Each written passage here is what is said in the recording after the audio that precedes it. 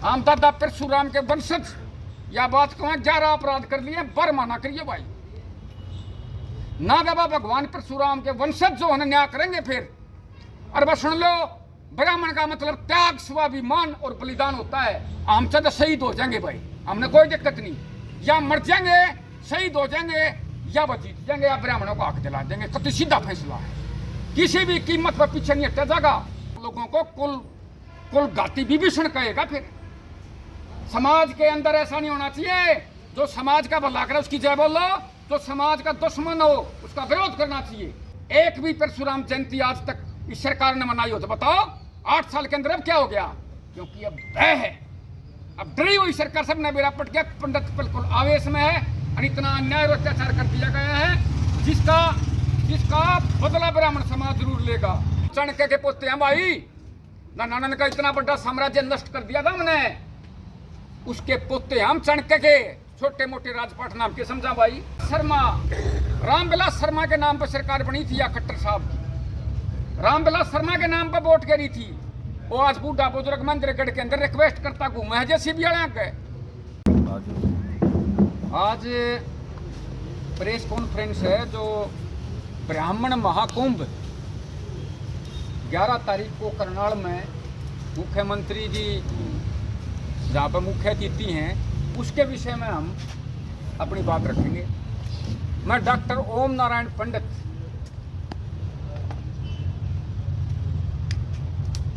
विषय ये है कि हरियाणा प्रदेश के अंदर और केंद्र के अंदर जो भारतीय जनता पार्टी की सरकार बनी, वो सरकार 95-98% ब्राह्मणों के योगदान से बनी। उसमें महत्वपूर्ण योगदान किया, वोट दिया, सपोर्ट किया और बहुत कड़ी मेहनत की। इसके बावजूद क्या हुआ कि 8 साल हो गए खट्टर सरकार को।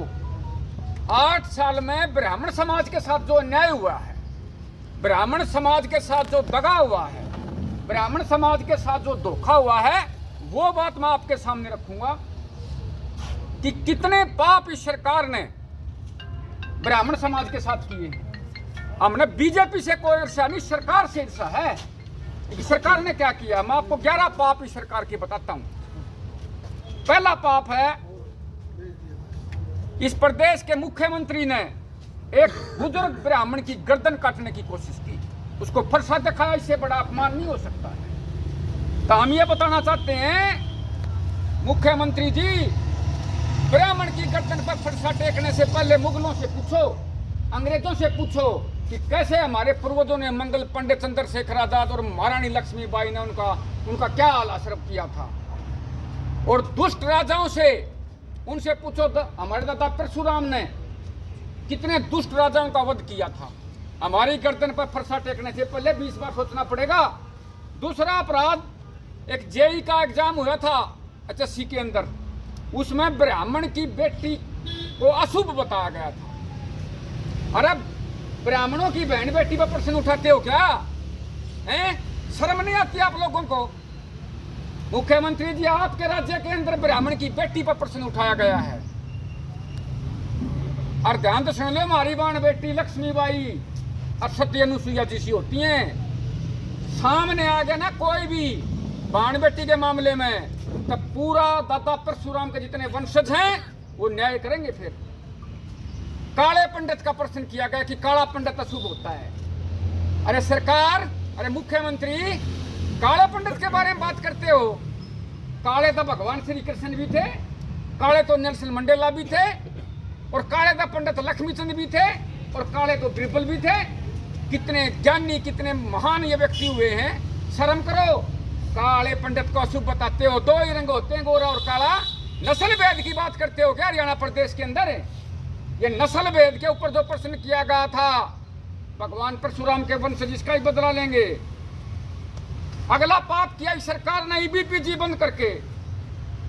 ईबीपीजी के अंदर 10% ब्राह्मण, बनिया, पंजाबी, राजपूत का सवर्णों का आरक्षण था, वो 10% इस सरकार ने बंद किया। ये विनोद शर्मा और भाई कुलदीप शर्मा, इन्होंने इसमें काफी मदद की 10% आरक्षण दिलाने के अंदर।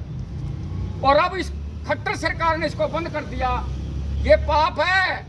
और ब्राह्मणों को बेरोजगार करने वाले मुख्यमंत्री सरकार ध्यान से सुन ले, ब्राह्मण का 5,000 साल तपस्या करके, 1,000 साल तपस्या करके जब भूखे नहीं मरे, तेरी ईबीपीटी के बंद करने से मरेंगे क्या? आमिया की सरकार थी, भूपेंद्र सिंह हुड्डा की, कुलदीप शर्मा की, विनोद शर्मा की, उस समय डोली की जमीन का मालिकाना हक देने के आदेश हुए। सभा ब्राह्मणों की राजधानी है। यहाँ से 1952 से लेकर आज तक 1-2 बार को छोड़ करके ब्राह्मण जीतता आया है। और ये खट्टर सरकार यहाँ से भी ब्राह्मण को टिकट नहीं देती है, चाहती है कि यहाँ से ब्राह्मणों का सफाया हो जाए। और हम आपको बता दें मुख्यमंत्री जी, हमें करनाल से क्या निकालते हो? ब्राह्मण का बेटा तो इंग्लैंड का प्रधानमंत्री बन गया। कहां से भगाओगे भाई? कहां हमारा हक छीनोगे? आज हमारा भाई सोनक इंग्लैंड का प्रधानमंत्री है, करनाल लोकसभा का क्या अन्याय करोगे? अगला है बात किया, रोहतक सोनीपत में ब्राह्मणों को टिकट दिया गया। भाई साहब, रोहतक सोनीपत के अंदर टिकट दिया गया ताकि जातीय संघर्ष हो जाए और वहां से दोनों हार जाए पंडित। करनाल से टिकट नहीं, वहां से ये राजनीतिक बड़ा षड्यंत्र किया गया था। अकबर वहां जाटों का बाहुल्य क्षेत्र है, जाट और ब्राह्मणों का आपस में झगड़ा हो जाए या जातीय संघर्ष हो जाए, राजनीतिक संघर्ष हो जाए। लेकिन भाई वहां तो हमारे जजमान हमारे भाई हैं, फिर भी वहां से इन्होंने तो इसलिए दिए थे कि दोनों के दोनों पंडित हार जाए, करनाल से हम टिकट नहीं देंगे। इतना बड़ा अन्याय सरकार ने किया था। शर्मा, रामविलास शर्मा के नाम पर सरकार बनी थी या खट्टर साहब की, रामविलास शर्मा के नाम पर वोट करी थी। वो आज बूढ़ा बुजुर्ग मंदिरगढ़ के अंदर रिक्वेस्ट करता घूमे जैसी भी के। हमारे 4 सांसद हैं, अरविंद शर्मा, रामविलास शर्मा, भाई कार्तिकेय और रमेश कौशिक। अब तो कह रहे थे एक भी नहीं है। 4 सांसद हैं। अभी तो आपने कहा एक भी नहीं है। मंत्री बताया साहब, सेंटर में मंत्री नहीं है। अब देखो राज्यसभा का सांसद बनाया तो 4, एक मिनट साहब, बाद में जो पूछना पूछिए, मैं कंप्लीट करो, आप करो, लेट मी कंप्लीट करो, कंप्लीट करो। 4 सांसद हैं। अरे कार्यक्रम का मुख्य अतिथि भी खट्टर साहब, अध्यक्षता भी और किसे की, और ब्राह्मण को किसने नाम दे दिया भाई? अरे ब्राह्मण से तो मुख्य अतिथि हो चाहे अध्यक्ष हो, कुछ तो हो। नाम ब्राह्मण कुंभ, अध्यक्षता भी और कोई कर रहा है, और चीफ गेस्ट भी और कोई, किस लिए भाई? मर गए पंडित, मर गए क्या? 4 सांसद एमएलए रहे, ये कितने ब्राह्मण सभाओं के सभापति रहे, क्या कितने बड़े योद्धा रहे? कोई नहीं भाई। और ब्राह्मण नेताओं को दरकिनार करके क्या करना चाहते हो? ये दिखाना चाहते हो कि ब्राह्मणों की राजनीति खत्म करना चाहते हो क्या? मैं सभी आयोजकों को, वहां जाने वालों को बताऊं भाई, इतना जबरदस्त पाप और अन्याय अपने साथ कर रखा है। जय आप लोगों ने फिर भी ऐसे आदमी के तुम पगड़ी बांधो, ऐसे आदमी से दंडवत नमस्ते करोगे तो ये समाज आप लोगों को कुल घाती विभीषण कहेगा। फिर समाज के अंदर ऐसा नहीं होना चाहिए। जो समाज का भला करे उसकी जय बोलो, जो समाज का दुश्मन हो उसका विरोध करना चाहिए। और जो हमारे 8 साल में हमारा कुछ नहीं करे आज तक, एक भी परशुराम जयंती आज तक इस सरकार ने मनाई हो तो बताओ 8 साल के अंदर अब क्या हो गया? क्योंकि अब भय है, अब डरी हुई सरकार, सब ने बेड़ा पट गया। पंडित बिल्कुल आवेश में है और इतना अन्याय और अत्याचार कर दिया गया है जिसका बदला ब्राह्मण समाज जरूर लेगा। अरे इसमें जाने वाले भाइयों, कौन सा था जब रोहतक के अंदर वामन मेश्राम आया था और जो ब्राह्मणों का डीएनए चेक करा था? डीएनए का मतलब समझते हो? डीएनए का मतलब ने को किसकी औलाद हो? वो जब आया जब तुम किस जा रहे थे? उड़ा नवीन जैन जब उसके साथी गए थे, उड़ा मोनूर गए थे, उड़ा वहां पर वो साथी गए थे जिन्हें अपने समाज की आन बान शान डीएनए टेस्ट करा था वामन मेश्राम। जब कहाँ गए थे? और जब वहां पर कश्मीरी पंडितों को मारा जा रहा था गोलियों से, लाल चौक के ऊपर वहां दिल्ली के अंदर प्रदर्शन कराया था, जब कहाँ गए थे आयोजन करने वाले? जब कहाँ थे? जब क्यों ना गए भाई? पंडित कहते रहे बराबर की जमीन पर जब सरकार कब्जा कर रही थी, जब वहां पर पूरे हरियाणा के परशुराम वंशज पहुंचे थे, जब कित गए थे भाई? जब पंडितों का मामला आवे, ब्राह्मणों की आन बान शान की इज्जत की बात आवे, जब दुख होवे, जब तब जानते नहीं, और फिर चमचागिरी करने खाते रहे, नमस्ते करने खाते रहे अपने स्वार्थ में। समाज को बेचने की जरूरत नहीं है, समाज के नाम पर ढोंग करने की जरूरत नहीं है। हाँ, आमिया बात का वहां इसके बावजूद यदि हमारे समाज की कुछ मांगे हैं, वो ही यदि यह बात मांग पूरी करती हैं, उसके बावजूद समाज सोचेगा अक माफ करया कि नहीं करया। हालांकि ब्राह्मण ये कहते हैं अक्षमा ही मूलम धर्मस्य है, लेकिन भाई इतना बड़ा पाप अन्याय करा क्या पंडिता गल्या माफ करने योग्य विषय कारण नहीं है भैया 1%। और मैं आप लोगों को बताऊं, शिशुपाल का नाम सुना होगा। शिशुपाल के भगवान कृष्ण ने 100 अपराध माफ कर दिए थे, न्यू गई थी 101 माफ मत करना। हम दादा परशुराम के वंशज या बात को 11 अपराध कर लिए, बर्मा ना करिए भाई। ना दादा भगवान परशुराम के वंशज जो है न्याय करेंगे फिर। और बस सुन लो, ब्राह्मण का मतलब त्याग, स्वाभिमान और बलिदान होता है। हम तो शहीद हो जाएंगे भाई, हमने कोई दिक्कत नहीं, या मर जाएंगे, शहीद हो जाएंगे, या वो जीत जाएंगे, या ब्राह्मणों को आग जला देंगे। कति सीधा फैसला है, किसी भी कीमत पर पीछे नहीं हटा जाएगा। खट्टर साहब ने, मुख्यमंत्री जी ने उस बुजुर्ग ब्राह्मण की गर्दन पर फरसा चला था। हालांकि अपराध है, एक समय है, लेकिन 8 अंगों से स्टेज पावर पूरे ब्राह्मण समाज के सामने 8 अंगों ने कति लौट के मुद्दा लौट के माफी मांगा है। 8 अंगों से मैं पूरे ब्राह्मण समाज से माफी मांगता हूं। हो सकता है ब्राह्मण समाज माफ पहले ही मांग गया है, स्टेज पान दे भाई।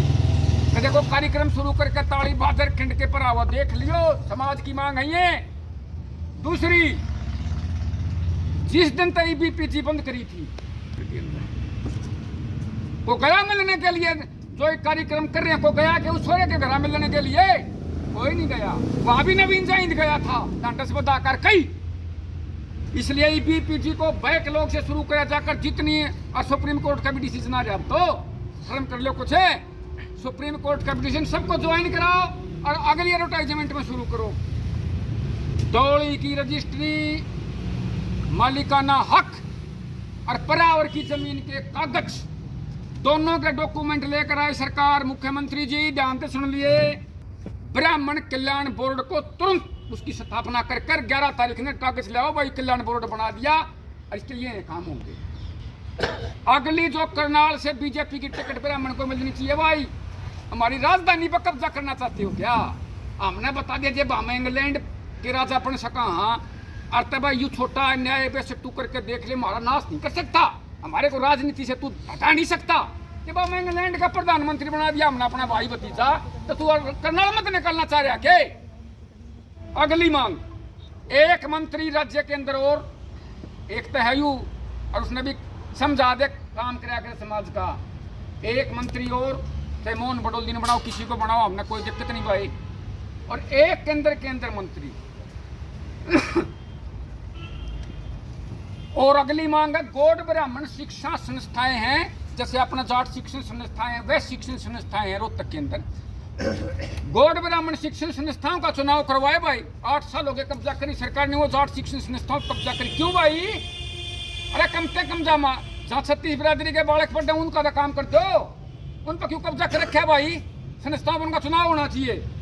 अगली मांग है, HPSC और HSC बोर्ड क्या कोई एक चेयरमैन पंडित को लगाओ। जब इतनी वोट दे रखी, सारा काम कर रखा, तो क्या दे भाई, किस लिए रहा? अरे सुन लो भाई, जय ये कागज डॉक्यूमेंट यदि सरकार, हमारा मुख्यमंत्री मनोहर लाल जी डॉक्यूमेंट लेकर नहीं आता, घोषणा कर हम नहीं मानेंगे भाई।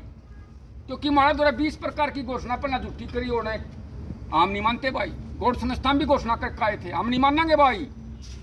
डॉक्यूमेंट लेकर आवे इन मांगों के, डॉक्यूमेंट वहां देवे, 8 मादे नमस्ते करे, फिर हम भी कह दें समाज माफ कर दिया भाई।